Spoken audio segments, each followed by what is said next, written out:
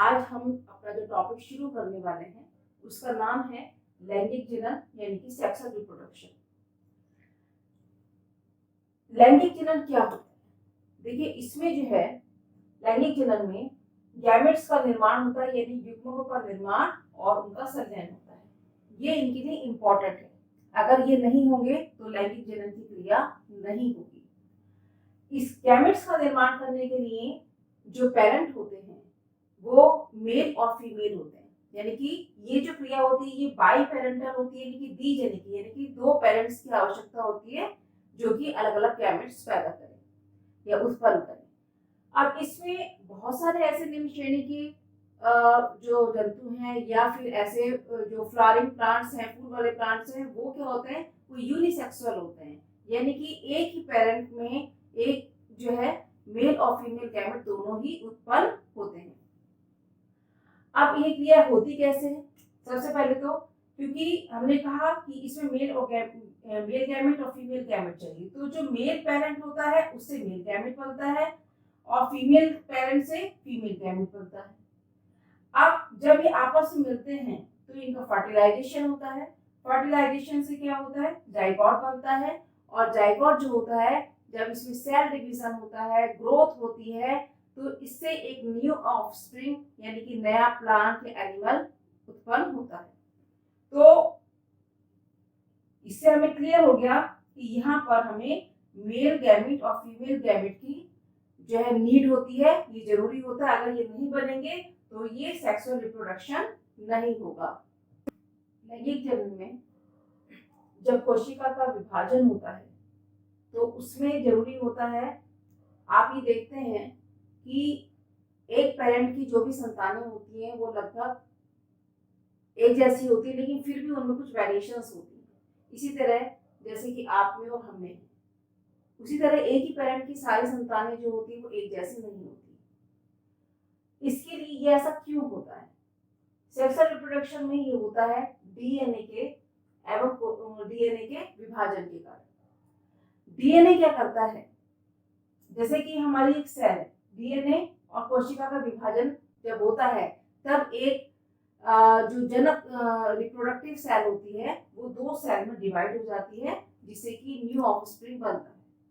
अब यहाँ पर क्या होता है, जैसे कि एक सेल है, सेल में ये हमारे पास डीएनए, डीएनए क्या करेगा, यहाँ पर अपना एक ब्लूप्रिंट तैयार करेगा।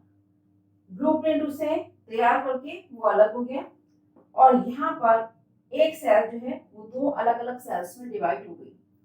अब यहाँ पर जब दो सेल में अलग अलग डिवाइड हो गई तो देखिए ये जो ब्लूप्रिंट बना है, यहाँ पर डीएनए एक जैसा है, लेकिन फिर भी जब एक डीएनए से दूसरा डीएनए तैयार होता है तो उसमें कुछ ना कुछ जो चेंजेस हैं वो आते हैं, जिसके कारण जो संतान होती है वो अपने पेरेंट्स से बिल्कुल सेम टू सेम नहीं होती, अपने जो भाई बहन होते हैं उनसे भी एक जैसी नहीं होती, उसमें कुछ ना कुछ वेरिएशन जरूर होती है। अब कैसे होता है ये, जैसे कि माना अब एक ए है और दूसरा बी है, माना ए जो है ये जो है मेल है और ये फीमेल है। अब इसमें देखिए कि ए में जो है का जो डीएनए है उसमें जो वेरिएशंस आती हैं, विभिन्नताएं आती हैं, वो उसकी पूर्वजों से आएंगी, जो उसके फादर हैं, उसके दादा हैं, उस साइड से उसमें वेरिएशन धीरे धीरे आती है। इसी तरह से जो बी है, जो फीमेल है, उसमें भी जो उनके पूर्वज होते हैं उनसे भी छोटे छोटे जो वेरिएशंस होते हैं वो उसके अंदर आ जाते हैं।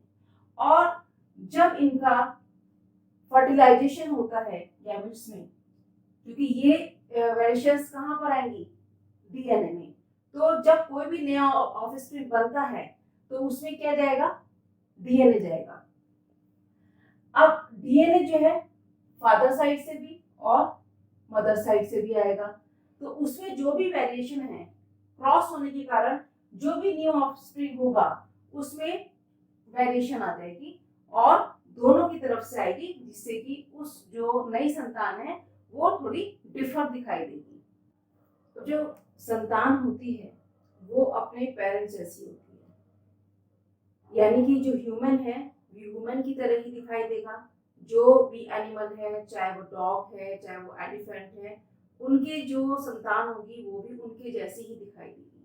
तो ये समानता जो आती है कि ह्यूमन ह्यूमन की तरह दिखाई देता है, तो इसका कारण ये होता है कि जो अभी हमने इससे पहले बताया है कि डीएनए और सेल का डिवीजन, क्योंकि डीएनए जब संतानों में आएगा तो वो क्या लाता है, वो कैरेक्टरिस्टिक्स लाता है, लक्षण लाता है, जो कि एक पीढ़ी से दूसरी पीढ़ी में कैरेक्टर्स को लेकर आने का काम करता है, जिसके कारण क्या होता है कि जो भी संतान होगी वो अपने पेरेंट जैसी होगी। लेकिन हमने कहा कि इससे पहले कि जो डीएनए जो है डिवाइड होता है और संतानों में जाता है, तो उससे क्या होता है, उसमें जो ब्लूप्रिंट बनता है उसमें कुछ ना कुछ वेरिएशन आती है दोनों साइड से, और जब वो वेरिएशन कलेक्ट हो जाती है एक संतान में आती है, तो वो संतान थोड़ी पेरेंट से गुणों में डिफर होती है, जिसके कारण क्या होता है कि हर संतान जो भी पैदा होती है वो कुछ ना कुछ उसमें डिफरेंसेस होते हैं। वो सब एक जैसी शक्लों की नहीं होती, उनकी चाहे आदतें होती हैं, चाहे उनकी शक्लें होती हैं, चाहे उनका कलर होता है, वो भी कुछ ना कुछ डिफ्रेंशिएट करता है एक दूसरे को। इससे एक माता पिता की जो भी संतानें हैं वो थोड़ी सी डिफर ही दिखाई देती है एक दूसरे से। अब हमने कहा कारण क्या है, डीएनए का डिवीजन, और इसके अलावा डिपेंड करता है क्रोमोसोम्स पे। देखिए जैसे ह्यूमन होते हैं, हर उसमें हर जाति के वे क्रोमोसोम्स की संख्या लिमिटेड होती है, अगर वो कम या ज्यादा हो जाती है दोनों ही कंडीशन में बॉडी में जो है वेरिएशंस हो जाती हैं कुछ, या ये कहिए कि जो क्रोमोसोम्स की अगर कम हो जाए या ज्यादा हो जाते हैं, तो जिस कारण जो संतान उत्पन्न होती है वो सामान्य नहीं होती। तो एक सामान्य संतान जब होती है उसके लिए जरूरी है कि उसमें क्रोमोसोम्स की संख्या जितनी ह्यूमन में होनी चाहिए उतनी हो, और उसमें डीएनए की मात्रा भी जितनी होनी चाहिए ह्यूमन में उतनी ही हो। तो अब यहाँ पर जैसे हमने लैंगिक में पढ़ा रहे हैं सेक्सुअल रिप्रोडक्शन में, हमने कहा कि मेल पेरेंट्स है और फीमेल पेरेंट है। मेल पेरेंट से मेल गैमेट आएगा और फीमेल पेरेंट से फीमेल गैमेट। मेल गैमेट कहाँ बनते हैं, जो मेल रिप्रोडक्टिव ऑर्गन होता है टेस्टिस, जिसे हम वृषण कहते हैं। उसी तरह फीमेल गैमेट्स कहाँ पर बनते हैं, जो कि फीमेल रिप्रोडक्टिव ऑर्गन होता है ओवरी, और ओवरी में बनते हैं ओवम। ठीक है, अब यहाँ पर क्या, अभी हमने जैसे पहले बताया कि डीएनए जो है दो इक्वल पार्ट्स में डिवाइड हो गया, उसी तरह जो मेल पेरेंट है, क्योंकि ह्यूमन है और ह्यूमन में मानव में जो क्रोमोसोम्स की संख्या होती है वो कितनी होती है 46। ठीक है, अब इसमें क्या होगा, मियोसिस होगा। मियोसिस यानी कि अर्धसूत्री विभाजन, जिसमें क्या होता है कि डीएनए भी हाफ में डिवाइड है और इसमें जो क्रोमोसोम्स हैं ये भी हाफ हाफ हो गए, ये 46 थे यानी कि 46 थे, ये 23 हो गए, इधर ये भी 46 थे, यहाँ पर भी 23 हो गए।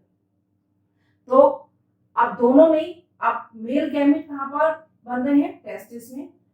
टेस्टिस में जो मेल गैमेट होते हैं वो क्या होते हैं, उन्हें क्या कहते हैं, स्पर्म्स कहते हैं, जिनका जो संख्या होती है वो ज्यादा होती है, साइज में छोटे होते हैं, इनमें टेल होती है, पूंछ होती है, और ये मूव कर सकते हैं। ठीक है, और इसमें जो फूड होता है वो भी इसमें स्टोर नहीं होता। लेकिन जो ओवम होते हैं ये ओवरी में बनते हैं, ये एक मंथ में एक ओवम बनता है, साइज इसका बड़ा होता है और ये मूव भी नहीं करता। अब जब स्पर्म और एग इनका फ्यूजन होगा तो फर्टिलाइजेशन की क्रिया होगी, और फर्टिलाइजेशन की क्रिया के बाद में क्या बनेगा, जाइगोट बनेगा। अब 23 क्रोमोसोम्स इधर से आए, 23 इधर से आए, और ये हो गए यहाँ पर जाइगोट में कितने आ गए, 46 क्रोमोसोम्स। यानी कि क्रोमोसोम्स के नंबर जो है वो क्या रहेंगे, क्योंकि जो भी ह्यूमन है वो ह्यूमन ही पैदा करेगा, है ना, जो भी संतान होगी वो भी एक मानव ही होगी एक, तो जिसके कारण वो क्यों क्या होगी, क्योंकि उसमें क्रोमोसोम्स की संख्या हमारी 46 ही रहनी है, कम या ज्यादा नहीं होनी चाहिए। तो इसमें मियोसिस में यहाँ पर 23 और 23 यहाँ पर क्रोमोसोम्स हो गए थे आधे, और डीएनए भी इधर से आधा और इधर से, फिर यहाँ पर मिलकर क्या हो गया फ्यूजन, जब इसमें फर्टिलाइजेशन हुआ तो यहाँ पर जाइगोट बना, जाइगोट में कितने क्रोमोसोम्स हो गए 46। अब क्या होगा, जब इसके बाद माइटोसिस की क्रिया होती है, जिसमें क्या होगा कि जो सेल बनी है जाइगोट में इसका डिवीजन होगा, ये ग्रोथ करेगी, इनका डेवलपमेंट होगा, और जब ये ग्रो कर जाएगी तो एक कंप्लीट जो जीव है वो या संतान है वो तैयार हो जाएगी। यानी कि जाइगोट जो है वो डेवलप होकर एक न्यू ऑफस्प्रिंग बनाएगा, वो संतान बनाएगा जो कि अपने पेरेंट सेल जैसी होगी। तो इस तरह से ह्यूमन में जो भी संतान होती है या सेक्सुअल रिप्रोडक्शन की क्रिया इस तरह से होती है जिससे कि नई संतान बनती है। उम्मीद करती हूँ कि आपको ये समझ में आ गया होगा ह्यूमन में, और आप प्लीज चैनल को सब्सक्राइब करें और लाइक करें। नेक्स्ट वीडियो में चलेंगे फिर प्लांट